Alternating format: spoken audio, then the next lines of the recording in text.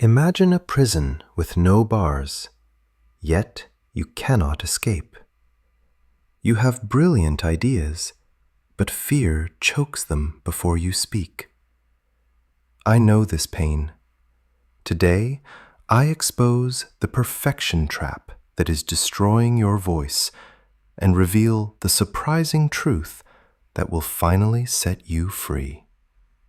I want you to close your eyes for a moment and imagine a prison. But this is not a normal prison. It has no iron bars. It has no armed guards. It has no concrete walls. In fact, the door is wide open.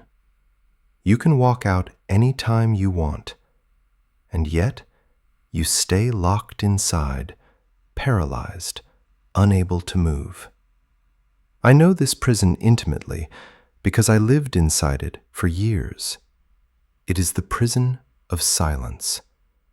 It is that terrifying, suffocating moment when you are standing in a group of people and you have a beautiful idea in your head.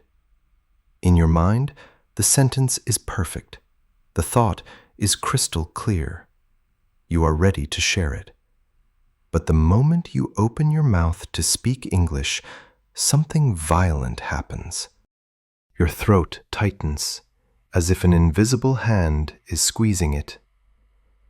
Your heart starts hammering against your ribs like a trapped bird.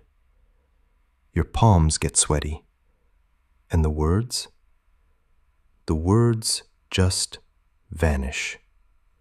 They dissolve into thin air, leaving you standing there, silent, feeling small, feeling foolish, feeling like a shadow in the room. If you have ever felt this crushing weight, if you have ever let a brilliant idea die inside you because you were too afraid to let it out, then welcome home. You are safe here. Welcome to Glaze English. We are going to break out of that prison today, but we cannot do it alone. We need to do it together. So please, before we take the first step, hit that subscribe button. Join our community. Your support is the fuel that keeps this channel alive and allows us to create more content to help you find your voice. Now, look at me. Really look at me.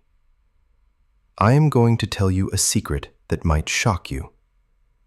It might even make you a little angry at the wasted years. The reason you are suffering is not because your vocabulary is too small. It is not because your grammar is weak. It is not because your accent is bad.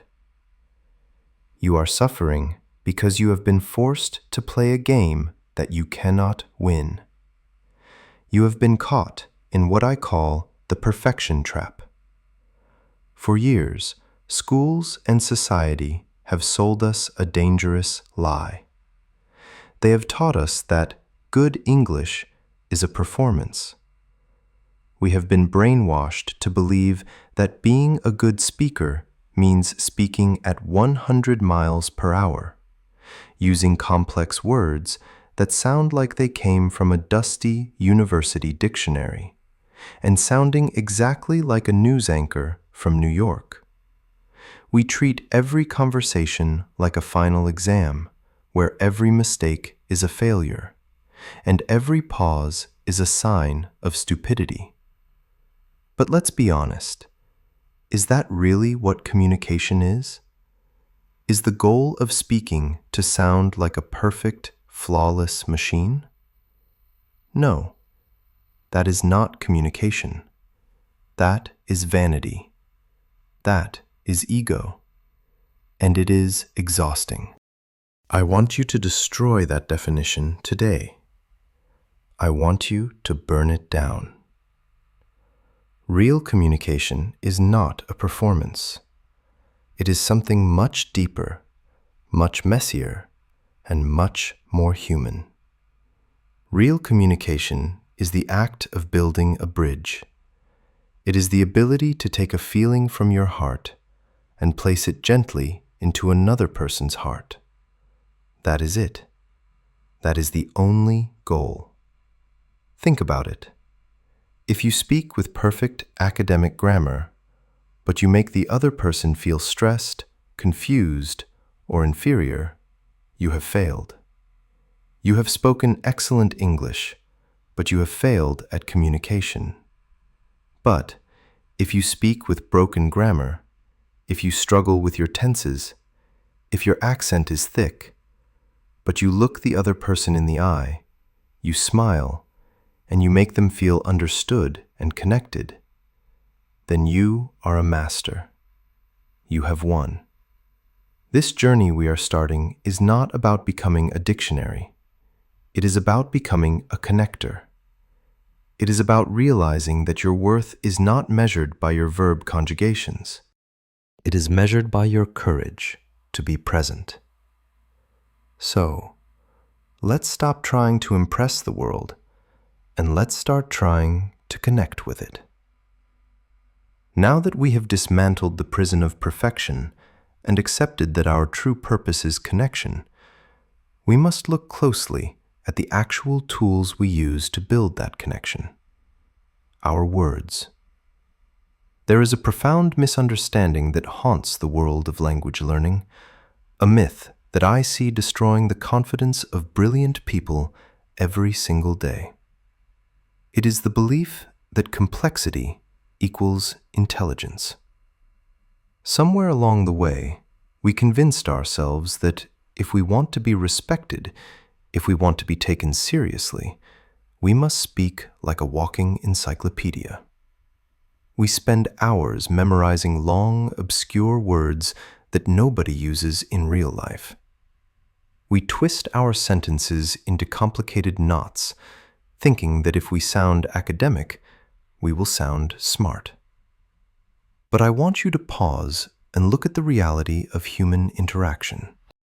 When you use big, heavy words, or when you speak in sentences that go on and on without end, you are not building a bridge, you are building a wall.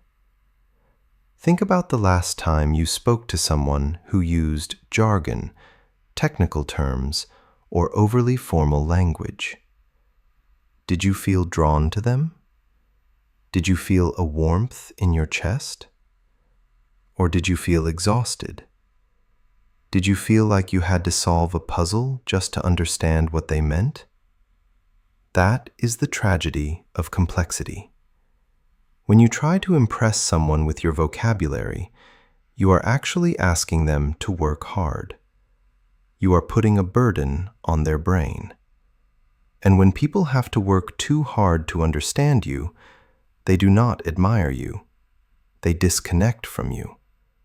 They stop listening because the mental energy required is simply too high. True power in communication does not come from showing off how many words you know. True power comes from the courage to be simple. There is a beautiful, quiet strength in plain English that we often overlook. Let's look at a concrete example. You could say, I endeavor to accomplish my objectives with great diligence. Grammatically, it is correct, but emotionally, it is cold, it is distant. It sounds like a contract, not a conversation. It feels like you are hiding behind a shield of intellect. Now, compare that to saying, I work hard to reach my goals. Can you feel the difference? The second sentence is simple, yes. It uses words that a child could understand. But it is honest. It lands directly in the heart. It has a pulse. When you strip away the fancy decoration, what is left is the raw truth of your message. Simplicity is not about dumbing down your ideas. It is about respecting your listener enough to hand them your thoughts in the clearest possible package. When you speak simply, you are telling the world that you are confident enough in your ideas that you don't need to dress them up in costumes. You are saying, "Here is what I think. Take it." That is vulnerable, and that is why it is powerful.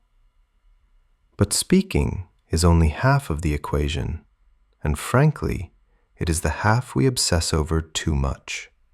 We treat communication like a monologue, worrying constantly about what we are going to say next, rehearsing our lines while the other person is still talking. We treat silence like an enemy. But if you want to find real confidence, you need to discover the lost art of the other 50%, listening. I call listening the secret weapon for the nervous speaker because it completely changes the physics of the conversation. When you are truly listening, not just hearing sound, but deeply absorbing the other person's reality, the pressure on you vanishes. You are no longer on stage. You are the audience, and the audience is safe. When you focus entirely on the other person, looking at their face, nodding to show you follow them, and asking small, simple questions like, "Really?" or "What happened next?" you become a magnet. People are desperate to be heard. We live in a noisy world where everyone is shouting. If you can be the one person who offers the gift of silence and attention, people will love talking to you. They will perceive you as a fantastic communicator, even if you only speak 20% of the time. By listening deeply, you give yourself space to breathe, to think, and to relax. You stop being a performer and start being a friend. So, let us make a pact today to drop the heavy weight of complexity. Let us stop trying to be impressive and start trying to be clear. Let us speak with the simple truth of who we are and listen with the full generosity of our hearts. That is where the magic happens. If simplicity provides the clarity our minds need, then our physical presence provides the vessel that carries that message across the distance between us. We have spoken about the software of communication, your mindset and your words. But now we must address the hardware, your voice, your eyes, and the way you hold yourself in this world. It is a strange tragedy of human interaction that you can have the most brilliant, compassionate ideas in the universe, but if you deliver them while looking at your shoes, mumbling into your chest, or rushing like a train running off its tracks, those ideas will never land. They will evaporate before they reach the listener. This brings us to the physics of confidence, a realm where biology meets psychology, and where small physical shifts can create massive emotional changes. Let's start with the most pervasive enemy of the non-native speaker, speed. There is a frantic energy that takes over when we feel insecure. We have this mistaken belief that fluency is a race. We think that if we speak incredibly fast, people won't notice our mistakes, or they will think our brain is processing at a genius level. But I want you to observe the way anxious people speak versus the way truly powerful people speak. Anxiety rushes. It stumbles over itself, terrified of taking up space, desperate to finish the sentence so it can hide again. Confidence, on the other hand, takes its time. Think of a wise elder or a respected leader. Do they sprint through their sentences? Never. They speak with a deliberate, luxurious slowness. They know that what they have to say is valuable, so they serve it slowly, like a fine meal, not fast food. When you slow down, you are doing something radical. You are telling the room, and you are telling yourself, "I am worth waiting for." This creates a calmness in your nervous system. When you rush, your breath becomes shallow, your heart races, and your brain enters a panic state where vocabulary becomes inaccessible. But when you slow down, you can breathe, you can think. You can actually choose the right word instead of just grabbing the first one that floats by. And within this slowness lies the most terrifying and magical tool of all: the pause. Most of us treat silence like a burning fire. If there is a gap in the conversation for even 1 second, we panic. We fill it with, or nervous laughter. We feel that silence is a sign of failure. But I want you to reframe silence today. Silence is not emptiness. Silence is weight. When you finish a sentence and you simply stop, breathing for a moment before starting the next one, you draw people in. You create anticipation. A pause says, I am comfortable in this space. I am not afraid of the quiet. It gives your listener a moment to digest what you said, and it gives you a moment to construct your next thought with precision. Do not fear the pause.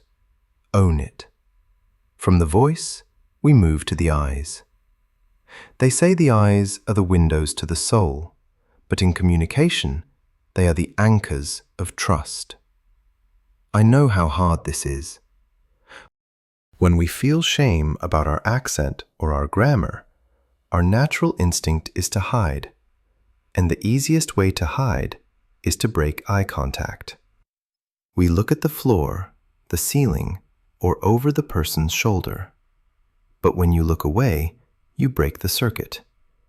You signal to the other person that you are disengaged, dishonest, or deeply insecure.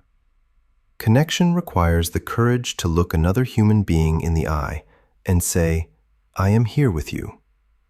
However, there is a nuance here. We are not talking about a predatory stare that never blinks. That is aggressive and uncomfortable. We are talking about a soft, inviting gaze. I use the 2 to 3 second rule.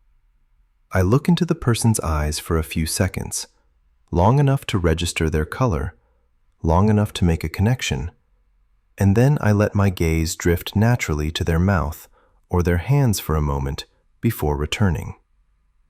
This creates a rhythm of connection that feels safe and warm. It tells the other person, I see you, and I am listening to you, without making them feel interrogated. Finally, we must talk about the vessel itself, your body. There is a concept called biofeedback that changed my life. We tend to think that our mind controls our body, that we feel happy, so we smile. But it works the other way too. Your body speaks to your mind. If you walk into a room with your shoulders hunched forward, your head down, and your arms crossed protectively over your chest, you are physically signaling to your primitive brain that you are in danger. Your brain responds by releasing stress hormones, making you feel more anxious and making it harder to speak. You are trapping yourself in a cycle of fear. You have to hack this system. Before you enter a high-pressure situation, check your hardware. Roll your shoulders back and down. Open your chest. Lift your chin just an inch. When you open your physical form, you are telling your brain, I am safe. I am open. I have nothing to hide. And then add the final touch, a small, genuine smile. Not a fake, frozen grin, but a softness in the face. This small physical act changes the resonance of your voice.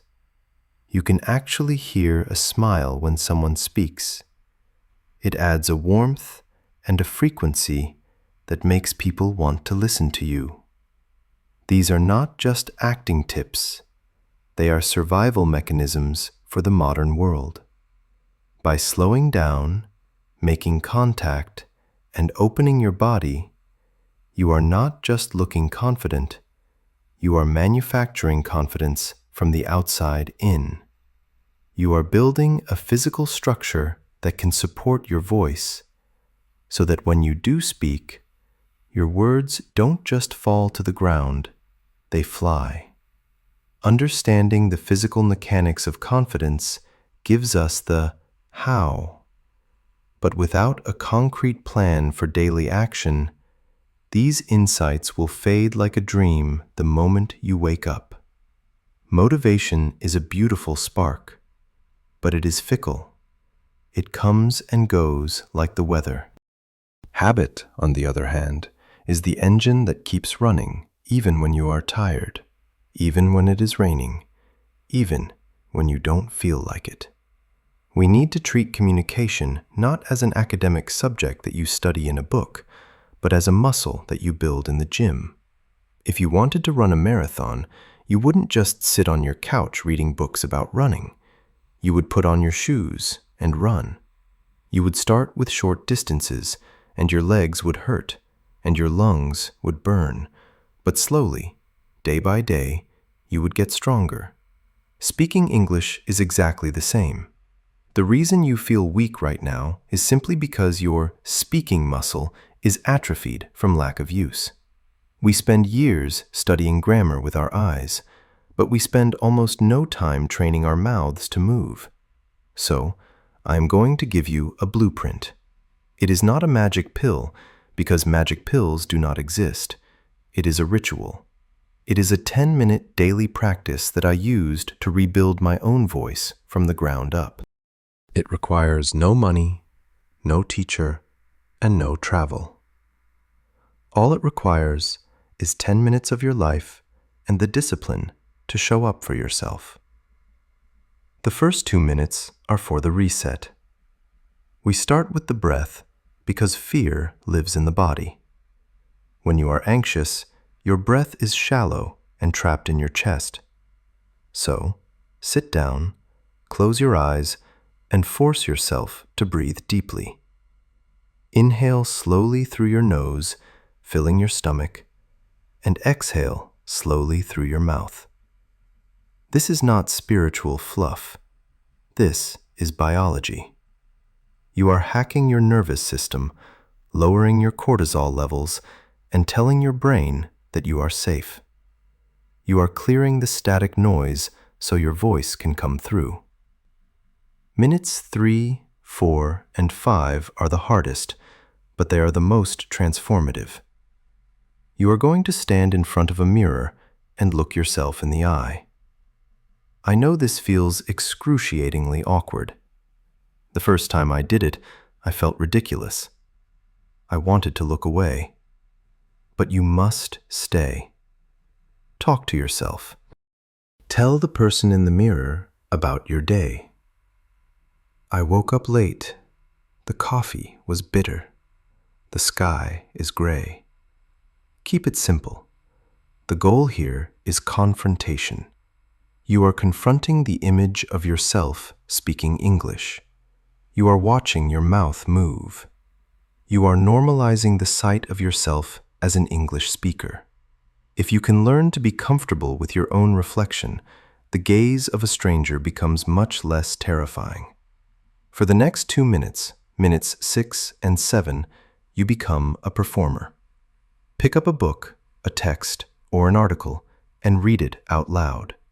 Do not read with your eyes, read with your voice.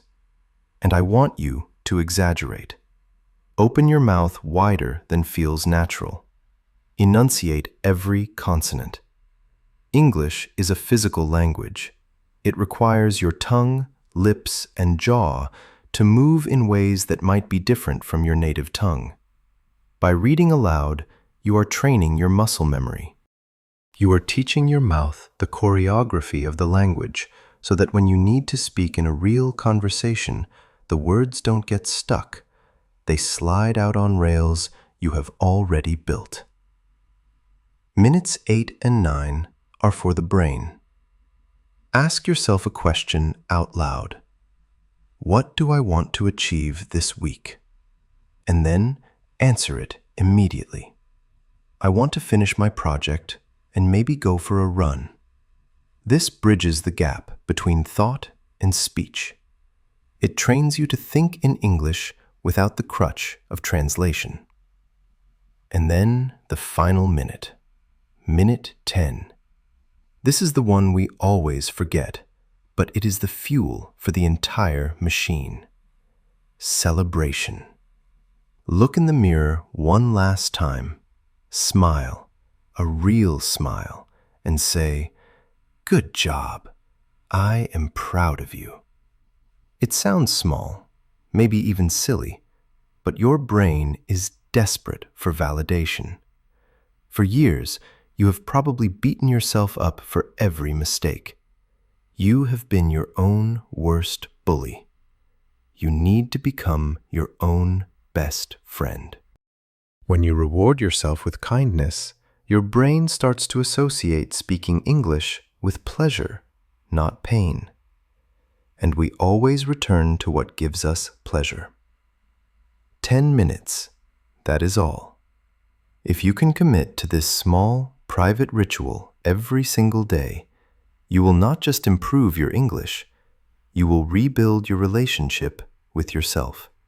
You will turn the terrifying act of speaking into a familiar, comfortable habit, one breath and one sentence at a time.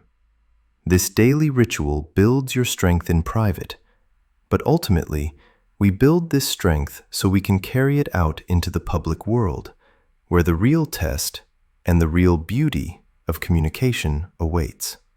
As we reach the end of our time together today, I want to have an honest conversation about the ghost that haunts every language learner: fear.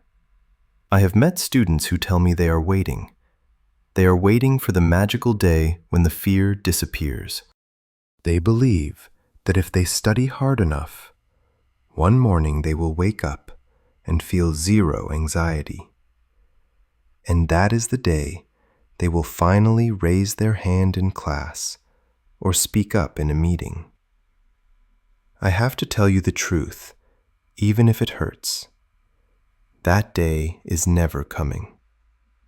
Fear is not a sign that you are broken. It is a sign that you are alive.